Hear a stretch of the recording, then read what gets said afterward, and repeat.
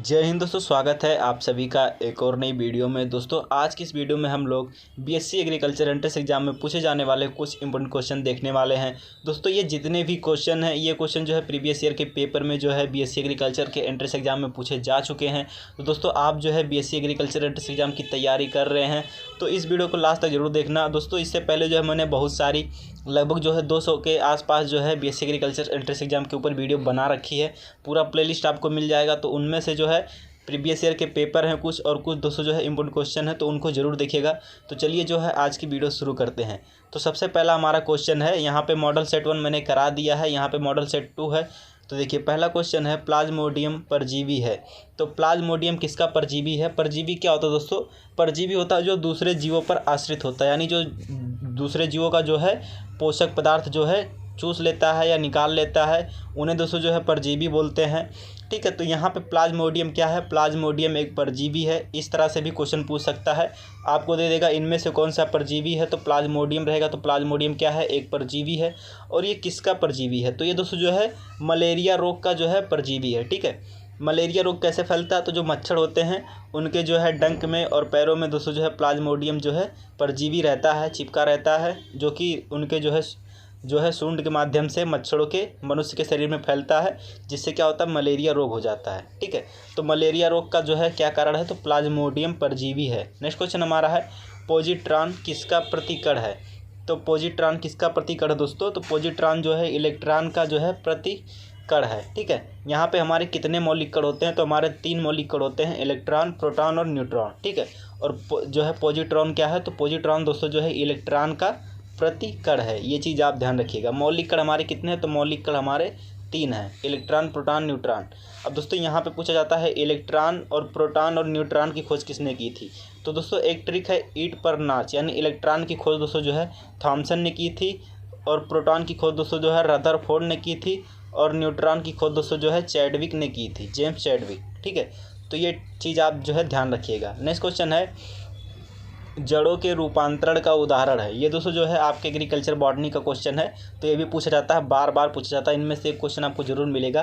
तो जड़ों के रूपांतरण का उदाहरण है। ठीक है, यानी जड़ जो है रूपांतरण होकर एक नए जो है भाग का रूप ले लेती हैं, आकार में बदल जाती हैं, तो उन्हें हम लोग क्या बोलते हैं? तो जड़ों के रूपांतरण दोस्तों कौन कौन से हैं? तो मूली जो है जड़ का रूपांतरण है। ठीक है, उसके बाद गाजर है और शकरकंद है। ठीक है, यहाँ पे दोस्तों जो है जड़ का रूपांतरण में कौन कौन सा आता है? तो जड़ के रूपांतरण में मूली, गाजर और शकरकंद आता है। और यहाँ पे तने के रूपांतरण का उदाहरण कौन सा है? तो आलू, अदरक और प्याज। ठीक है, ये तने के रूपांतरण का उदाहरण है। अब यहाँ पे दोस्तों जो है बच्चे इसी में कन्फ्यूज हो जाते हैं, जड़ में और तने में। ठीक है, तो ये चीज़ आप ध्यान रखिएगा कि जड़ों के रूपांतरण पूछे तो मूली हमारा हो गया, मूली क्या है? जड़ का रूपांतरण है। गाजर ये भी दोस्तों जो है जड़ का रूपांतरण है, और शकरकंद ये भी दोस्तों जो है जड़ का रूपांतरण है। और तने के रूपांतरण में कौन कौन सा आता है? तो तने के रूपांतरण में आलू आता है, अदरक आता है और प्याज। ठीक है, आलू, अदरक, प्याज ये दोस्तों जो है तने के रूपांतरण का उदाहरण है, या फिर इसे तना कह सकते हैं। ठीक है, नेक्स्ट क्वेश्चन हमारा है लौह की मात्रा सर्वाधिक होती है। तो सबसे अधिक लौह की मात्रा किस में पाई जाती है? लौह मतलब क्या होता है? लौह मतलब हमारा होता है आयरन। ठीक है, आयरन जिसे हम लोग लोहा बोलते हैं। अब दोस्तों इसका जो है सिंबल होता है Fe, यानी जो है फेरस। ठीक है, तो लौह की मात्रा सर्वाधिक किस में होती है? तो पालक के पत्तों में होती है।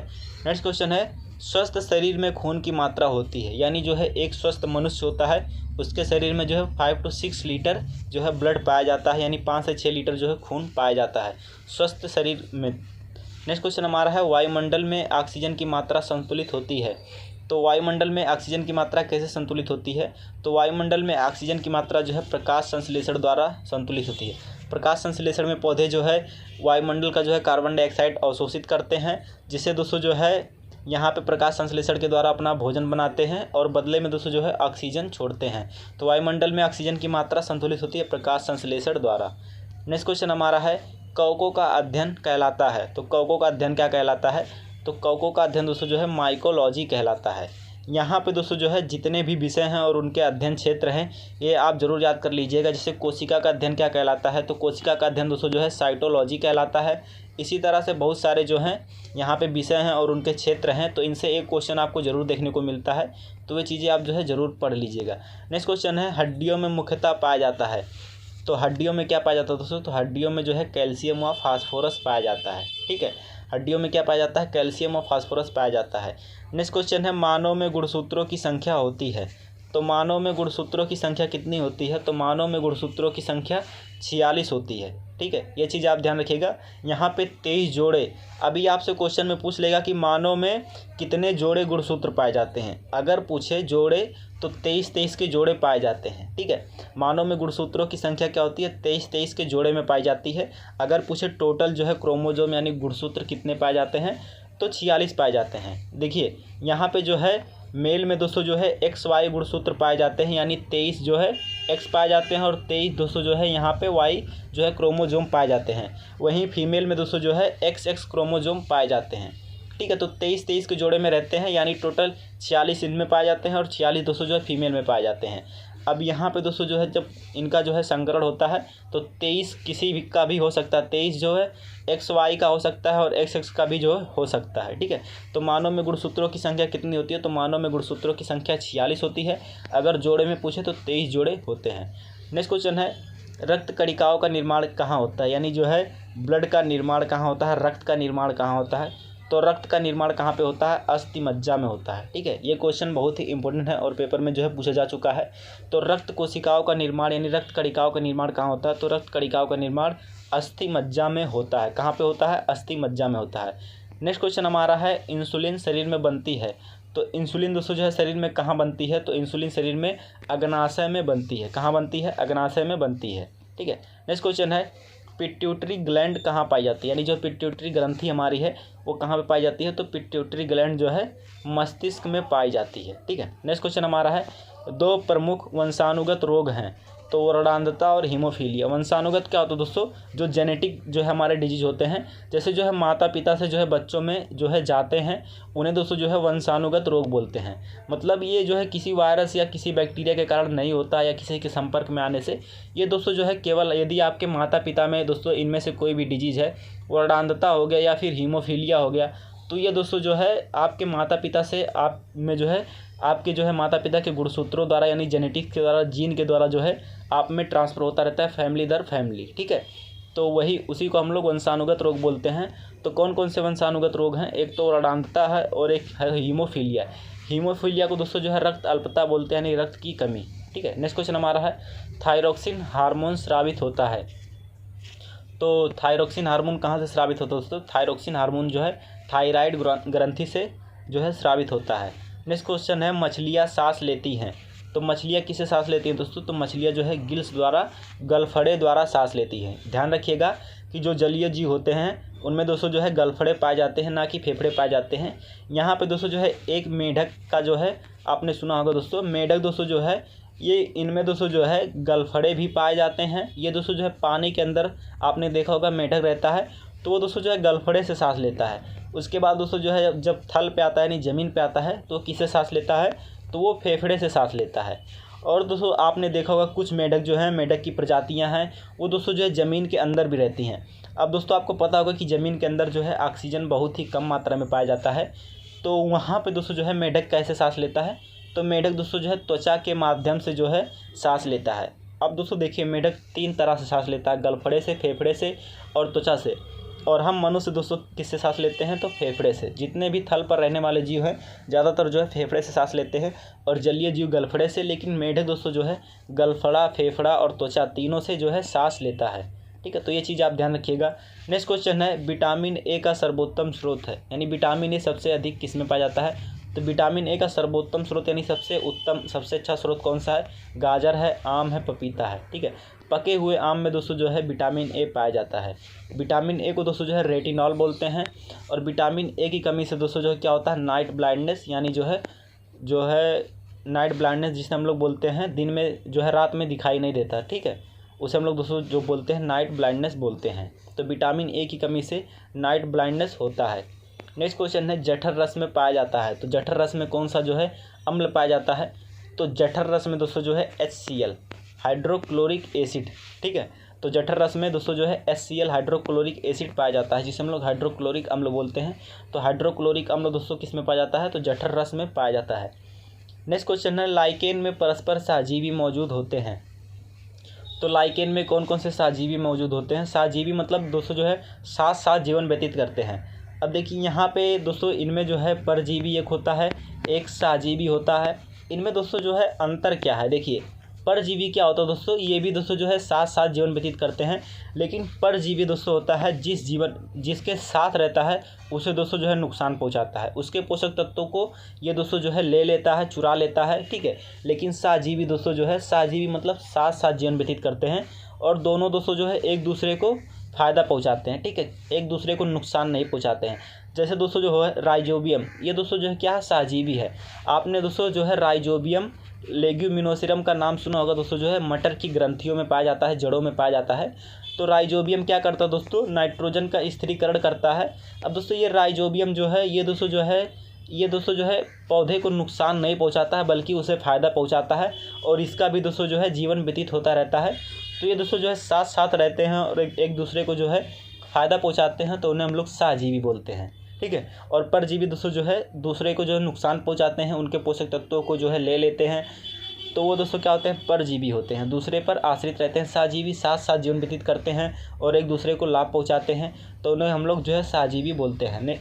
तो कौन कौन से हैं, कवक और शैवाल दोस्तों जो हैं सहजीवी हैं। नेक्स्ट क्वेश्चन है, लार में पाए जाने वाला एंजाइम है।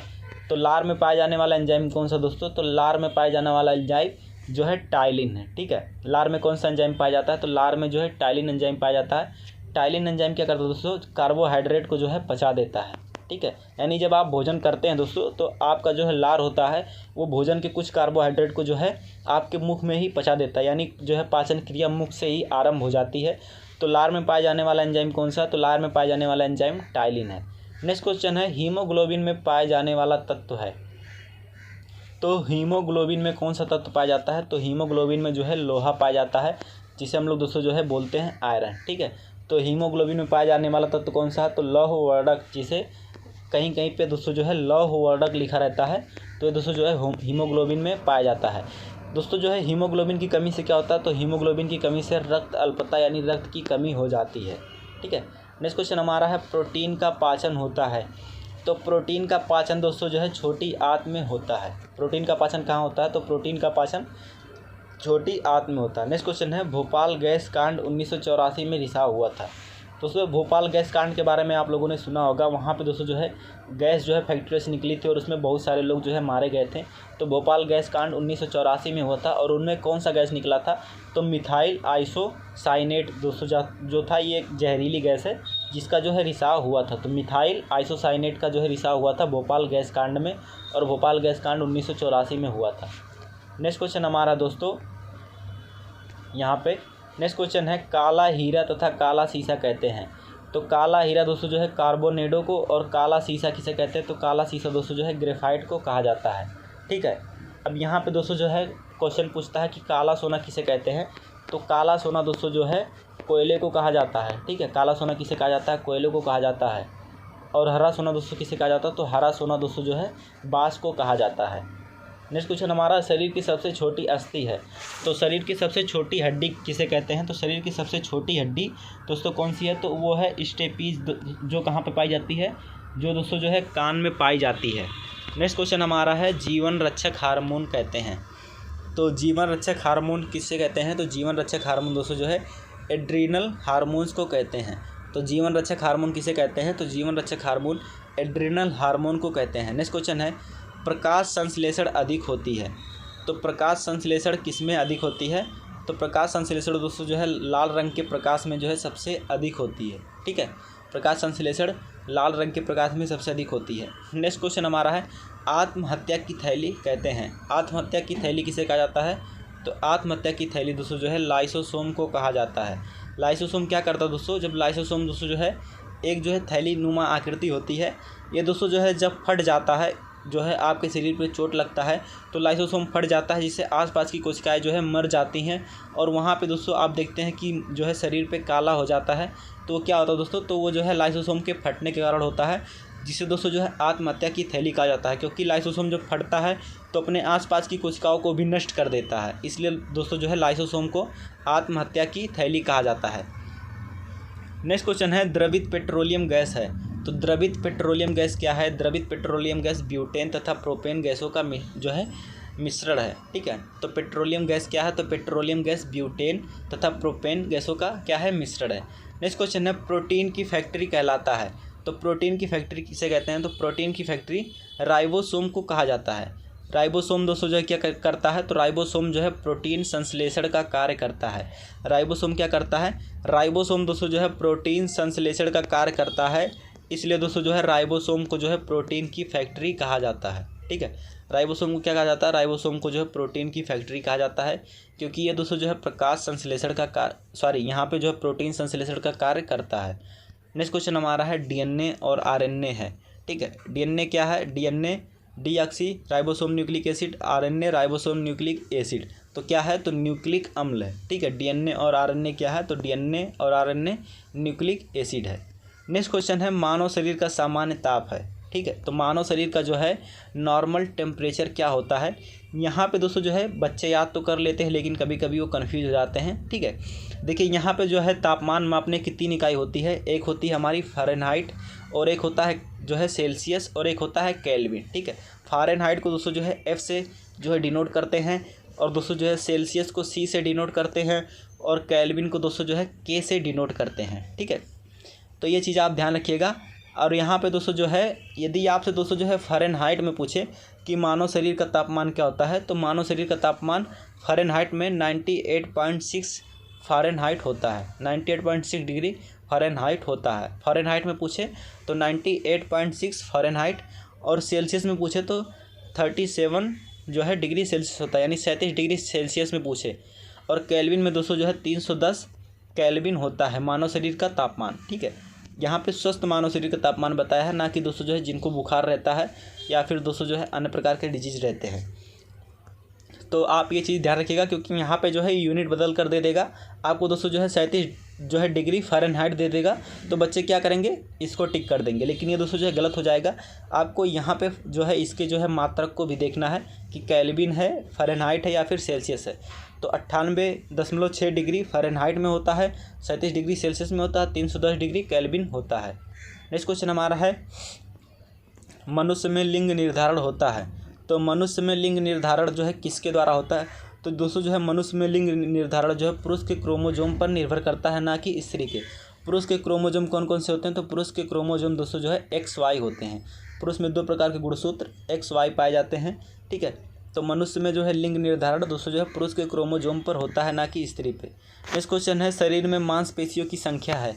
तो शरीर में कितनी मांसपेशियाँ पाई जाती हैं? तो शरीर में 639 मांसपेशियाँ होती हैं। और हड्डियों की संख्या कितनी होती है दोस्तों? आप लोग कमेंट करके बताइए, क्योंकि बहुत ही बेसिक क्वेश्चन है। नेक्स्ट क्वेश्चन हमारा है शरीर का सबसे कठोर तत्व कौन सा है? तो शरीर का सबसे कठोर तत्व कौन सा है? तो एनामिल, जिसे हम लोग दोस्तों तो इनेमल बोलते हैं। ठीक है, क्या बोलते हैं? इनेमल भी बोला जाता है। तो शरीर का दोस्तों जो है सबसे कठोर तत्व होता है इनेमिल, जिसे दोस्तों जो है दांत की हड्डी बोलते हैं। ठीक है, नेक्स्ट क्वेश्चन हमारा है संसार का सबसे बड़ा पक्षी है। संसार का सबसे बड़ा पक्षी कौन सा है? तो संसार का सबसे बड़ा पक्षी दोस्तों जो है शुतुरमुर्ग है। यहाँ पे पूछा जाता है सबसे बड़ी कोशिका किसकी पाई जाती है? तो सबसे बड़ी कोशिका दोस्तों जो है शुतुरमुर्ग के जो है अंडे में पाई जाती है। सबसे बड़ी कोशिका किस में पाई जाती है? तो सबसे बड़ी कोशिका दोस्तों जो है शुतुरमुर्ग के अंडे में पाई जाती है। ठीक है, ये क्वेश्चन तो नहीं पूछा जाएगा जो है संसार की सबसे बड़ी पक्षी है, लेकिन दोस्तों जो है पूछा जा सकता है कि सबसे बड़ी कोशिका कहाँ पाई जाती है? तो सबसे बड़ी कोशिका दोस्तों जो है शुतुरमुर्ग के अंडे में पाई जाती है। सबसे छोटी कोशिका कहाँ पाई जाती है? तो सबसे छोटी कोशिका दोस्तों जो है माइकोप्लाज्म में पाई जाती है। कहाँ पाई जाती है? तो सबसे छोटी कोशिका माइकोप्लाज्म में पाई जाती है। नेक्स्ट क्वेश्चन है जीन के संश्लेषण से संबंधित व्यक्ति हैं। तो जीन का संश्लेषण किसने किया था? तो जीन का संश्लेषण दोस्तों जो है हरगोविंद खुराना ने किया था। ये दोस्तों जो है एक भारतीय वैज्ञानिक थे। तो ये क्वेश्चन आप ध्यान रखिएगा कि जीन के संश्लेषण से संबंधित व्यक्ति हैं। तो जीन के संश्लेषण से संबंधित व्यक्ति कौन है? तो हरगोविंद खुराना है। नेक्स्ट क्वेश्चन है संसार का सबसे छोटा पुष्प कौन सा है? तो संसार का सबसे छोटा पुष्प कौन सा है? तो संसार का सबसे छोटा पुष्प बुल्फिया है। ठीक है, संसार का सबसे छोटा पुष्प कौन है? तो संसार का सबसे छोटा पुष्प जो है बुल्फिया है। नेक्स्ट क्वेश्चन हमारा है पुरुष जीन संगठन होता है। तो पुरुष जीन संगठन क्या होता है? XY, मैंने आपको पहले ही बता दिया। नेक्स्ट क्वेश्चन है प्रकाश संश्लेषण क्रिया में ऑक्सीजन कहाँ से मिलता है? तो देखिए यहाँ पे दोस्तों जो है ये क्वेश्चन में बच्चे बहुत ज़्यादा कन्फ्यूज रहते हैं। तो पौधे जब अपना भोजन बनाते हैं प्रकाश संश्लेषण, करते हैं तो दोस्तों जो है ऑक्सीजन उन्हें कहाँ से मिलता है, तो बच्चे क्या करते हैं जो है वायुमंडल टिक कर देते हैं। लेकिन दोस्तों आप खुद सोचिए, यदि जो है पौधे वायुमंडल से ऑक्सीजन लेने लगेंगे तो वायुमंडल में जो है ऑक्सीजन की कमी हो जाएगी, जिससे जो है समस्त जीवों की मृत्यु हो जाएगी। इसलिए दोस्तों जो है पौधे प्रकाश संश्लेषण के लिए ऑक्सीजन जो है जल से लेते हैं। जल का दोस्तों जो है फार्मूला क्या होता है, H2O। इसमें दोस्तों जो है यहाँ पे दोस्तों जो है किससे मिलकर बना होता है, H2 + O2। ठीक है, तो ये दोस्तों जो है जल यहाँ से जो है ले लेते हैं यहाँ से, और ऑक्सीजन, ठीक है, ऑक्सीजन जो है जल से मिलता है प्रकाश संश्लेषण क्रिया में। नेक्स्ट क्वेश्चन है, प्रकाश संश्लेषण के लिए आवश्यक गैस कौन सा है, तो कार्बन डाइऑक्साइड। नेक्स्ट क्वेश्चन है, मधुमेह रोग होता है, तो मधुमेह रोग में दोस्तों क्या होता है, तो मधुमेह रोग में दोस्तों जो है इंसुलिन की कमी हो जाती है।